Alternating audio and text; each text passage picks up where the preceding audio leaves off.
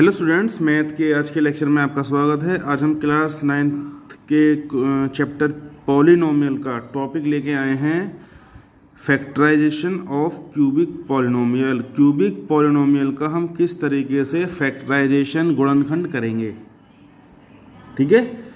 तो इसको हम एक एग्जाम्पल की हेल्प से समझेंगे और फिर बाद में हम एक ओवरव्यू देंगे कि कौन से स्टेप के बाद कौन सा स्टेप आपको परफॉर्म करना है।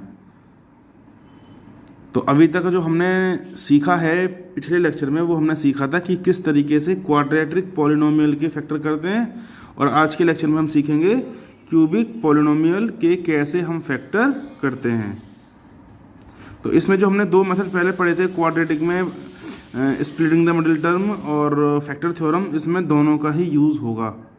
तो पहले हम यूज़ करेंगे फैक्टर थ्योरम और बाद में यूज़ करेंगे हम स्प्लिटिंग द मिडिल टर्म, ठीक है। तो एक क्वेश्चन को हम लेके चलते हैं। ये आपकी एनसीईआरटी का क्वेश्चन एग्जाम्पल 15 है, ठीक है। वो बाकी बच्चे आप देख लेंगे क्वेश्चन को। तो हमें दे रखा है क्वेश्चन इस तरीके से दे रखा है, factorise x cube minus 23x² plus 142x minus 120। अब कैसे पता पड़ा कि क्यूबिक पॉलिनोमियल है? क्योंकि इसकी जो हाईएस्ट पावर है वो 3 है, और 3 का मतलब क्यूब ही होता है। तो ऐसे पता पड़ा कि दी हुई इक्वेशन, दी हुई पॉलिनोमियल कैसा है, क्यूबिक है। अब हमें इसके फैक्टर करने हैं। अब बताइए कि इसके कितने फैक्टर निकल के आएंगे? 3। तो जितनी उसकी हाईएस्ट पावर होती है उतने ही फैक्टर उसके निकल के आते हैं, उतने ही ज़ीरो उसके निकल के आते हैं।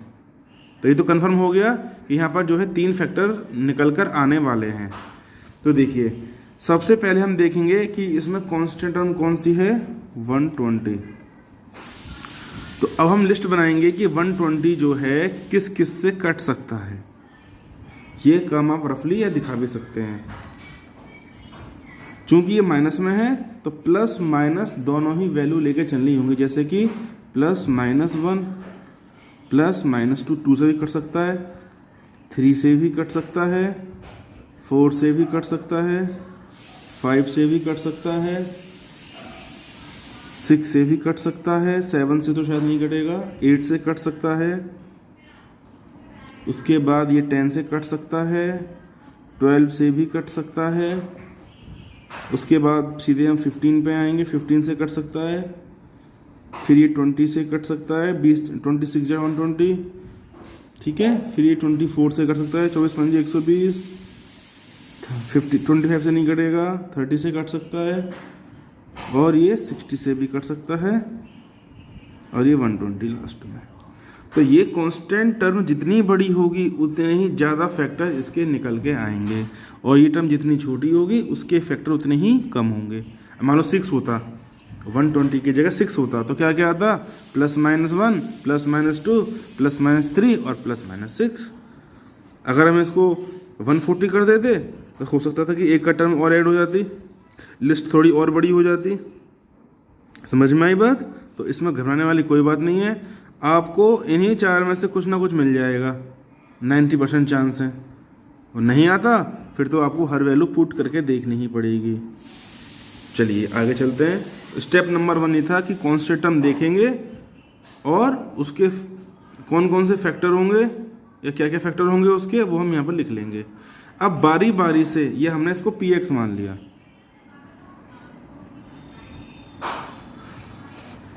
अब px में बारी बारी से ये सारी वैल्यू पुट करेंगे, और जहां जिस वैल्यू को रखने पर 0 आ जाए वहीं हम रुक जाएंगे, ठीक है। तो हमने p की जगह x की जगह प्लस का 1 रखा, तो क्या आएगा, तो जहां जहां x वहां 1 का क्यूब 1, 23 × 1 23 प्लस 142 × 1 140 माइनस 120। अब इसको हम सॉल्व करते हैं। तो पहले प्लस प्लस को जोड़ लेते हैं एक साथ, 142 + 1 143, ठीक है। अब माइनस माइनस को एक संग जोड़ लेते हैं, तो ये माइनस का 143 आ गया। लो जी, पहले अटेम्प्ट में 0 आ गया। अब आगे हम बढ़ेंगे ही नहीं, ये तो हम हमने इसलिए लिखा था कि अगर यहाँ पे ना है तो यहाँ पे आए, यहाँ पे ना है तो यहाँ पे आए, लेकिन यहीं पे आ गया। ठीक है, अब देखिए हमने x की वैल्यू क्या रखी, 1 रखी थी ताकि ये 0 आ गया। अब 1 को उठा के इधर ले जाओ तो x माइनस 1 आया। तो 3 में से एक फैक्टर हमको मिल चुका। तो एक फैक्टर तो हम ऐसे निकालते हैं। बाकी के 2 फैक्टर क्या बचे उसके लिए देखिए अब आगे क्या करना है। अब x माइनस 1 का डिवाइड करना है, किसमें, दिए हुए पॉलिनोमियल में। तो हम यहाँ लिख देते हैं x cube minus 23x² plus 142x। Divide कैसे करते हैं वो हमने आपको पिछले वीडियो में निकालना सिखाया था, माइनस 120। तो एक बार यहाँ पे भी आपको सिखा देंगे। ठीक है, तो देखिए मुझे यहाँ पर x क्यूब चाहिए, जिसमें से x मेरे पास है, तो मुझे 2 पावर और चाहिए। लीजिए, क्योंकि मुझे प्लस में चाहिए तो ये प्लस में रहेगा, क्योंकि ये प्लस में है। तो x² into x, x cube, x² into -1 minus का x², क्योंकि x² हमारे पास ऑलरेडी था तो हमने उसके नीचे लिख दिया।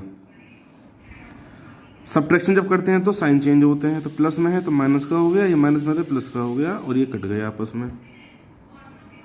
तो ये कितना आया, माइनस का 22x², इतना तो आपको पता ही होगा, प्लस 142x, सारी टर्म ऐसे उतार लेंगे 120। ठीक है, चलिए आगे चलते हैं। अब मुझे यहाँ पर माइनस का 22x² चाहिए, तो ये प्लस में है तो यहाँ पर माइनस आएगा, तभी तो यहाँ माइनस आएगा, क्योंकि प्लस इंटू माइनस माइनस होता है। x² चाहिए था, x मेरे पास है तो x यहाँ आ गया, लेकिन मुझे 22 भी चाहिए, यहाँ पे नहीं है तो 22 मुझे यहाँ पे जोड़ना होगा। तो 22x into x, 22x² minus का, क्योंकि माइनस इंटू प्लस माइनस होता है, माइनस माइनस प्लस हो गया, प्लस का 22x। अब करते हैं सब्ट्रैक्ट, तो सब्ट्रैक्शन में साइन चेंज होते हैं, ये कट गया। अब देखिए कितना आया, ये प्लस की वैल्यू है, माइनस की प्लस की वैल्यू बड़ी है तो साइन प्लस का आएगा। 142 minus 122 sorry 142 minus 22, 120x minus 120। x मुझे यहाँ पे चाहिए, x मुझे दे रखा है, तो मुझे केवल 120 की मल्टीप्लाई करनी होगी। क्वोशेंट में मुझे 120 और रखना होगा, प्लस का रखना होगा, क्योंकि 120 यहाँ प्लस का है। तो 120 into x, 120x, 120 into -1 minus का 120, प्लस का है तो माइनस का हो जाएगा, माइनस का तो प्लस का हो जाएगा, और ये सारी टर्म आपस में कट गई। तो ये ध्यान रखें, जब आप इस तरीके से डिवाइड करेंगे तो रिमाइंडर हमेशा 0 ही आएगा। ऐसे क्वेश्चंस में 0 नहीं आ रहा तो मतलब कुछ गलती हो चुकी है आपकी कैलकुलेशन में। तो अब हमारा क्वेश्चन ये आया, अब हमें इसके फैक्टर करने हैं। तो x² माइनस 22x प्लस का 120। ठीक है, अब आप चाहें तो फिर से फैक्टर थ्योरम लगा सकते हैं, या फिर आप स्प्लिटिंग द मिडिल टर्म वाला मेथड भी लगा सकते हैं। ठीक है, तो मैं यहाँ पर लगाने वाला हूँ स्प्लिटिंग द मिडिल टर्म। अब मैं ये सोचता हूँ कि 120 का जो पेयर बनेगा क्या बनेगा, 1 इंटू 120 तो हो नहीं सकता, क्योंकि 122 है, 1 इंटू 120 तो हम नहीं लेते। चलो 2 इंटू 60 लिख देते हैं, तो भी बात नहीं बनी। जोड़ेंगे तो भी नहीं आएगा, घटाएंगे तो भी नहीं आएगा, तो जोड़ के या घटा के हमारा 22 आना चाहिए। तो जोड़ेंगे तो 62 बैठेगा, घटाएंगे तो 58 बैठेगा, कोई दिक्कत नहीं। दूसरा क्या बनेगा, 40 इंटू 30, तो जोड़ेंगे तो 43 आ रहा है, घटाएंगे तो कितना आएगा, ये आएगा आपका 37। नहीं बनी बात। अब 4 पे आते हैं, 4 इंटू 30, जोड़ेंगे तो कितना आएगा 34, घटाएंगे 26 आएगा। चलो छोड़ो ये। अब 6 पे आते हैं,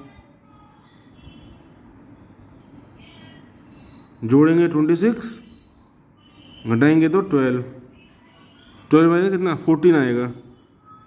चलिए जी आगे चलते हैं। 7 से कुछ नहीं, 8 से कुछ नहीं, 9 से कुछ नहीं, 10 से देखते हैं। 10 इंटू 12 ये आ गया। तो 12 प्लस 10 कितना आया? 22 आ गया। ठीक है, तो अब चूंकि ये माइनस में है तो मैं क्या ले लूँ? माइनस का 10 और माइनस का 12 ले लूँ। तो जब दोनों को जोड़ेंगे तो माइनस का 22 आएगा, नहीं आएगा? चलिए जी, तो क्या लिख दें? X square minus 10x minus 22x plus का 120। तो यहाँ से मैं x कॉमन ले सकता हूँ, x माइनस 10 आ गया, सॉरी यहाँ 12 आएगा, सॉरी बेटा। ठीक है, यहाँ से मैंने माइनस का 12 कॉमन ले लिया, तो ये हो गया x माइनस 10, क्योंकि 12 10 जा 120 होते हैं।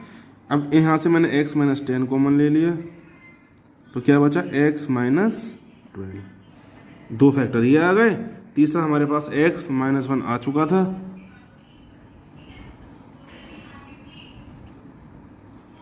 ठीक है, तो ये आप चाहें तो दिखा भी सकते हैं या फिर इसको फेयर रफ भी कर सकते हैं। तो फेयर दिखाएंगे तो ज़्यादा अच्छा इंप्रेशन पड़ेगा टीचर के ऊपर। तो आप लिखेंगे इस तरीके से, मैं बोल देता हूँ, first factor is -1, now taking quotient, ये फिर इसके आप ऐसे फैक्टर कर देंगे, ये आ जाएगा। फिर नीचे लिखेंगे so all the 3 factors are x minus 1, x minus 10, x minus 12। ये हो गया आपका आंसर। तो उम्मीद करता हूँ कि आपको ये लेक्चर समझ में आया होगा। प्रैक्टिस करते रहिए आप लोग। एक्सरसाइज में एनसीईआरटी की एक्सरसाइज 2.4 की अगर बात करूँ तो जो क्वेश्चन नंबर हमारा 5 है उसमें सारी की सारी जो पावर हैं क्यूब हैं, तो ये सारे क्यूबिक हैं। तो 2 करेंगे तो क्या आएगा?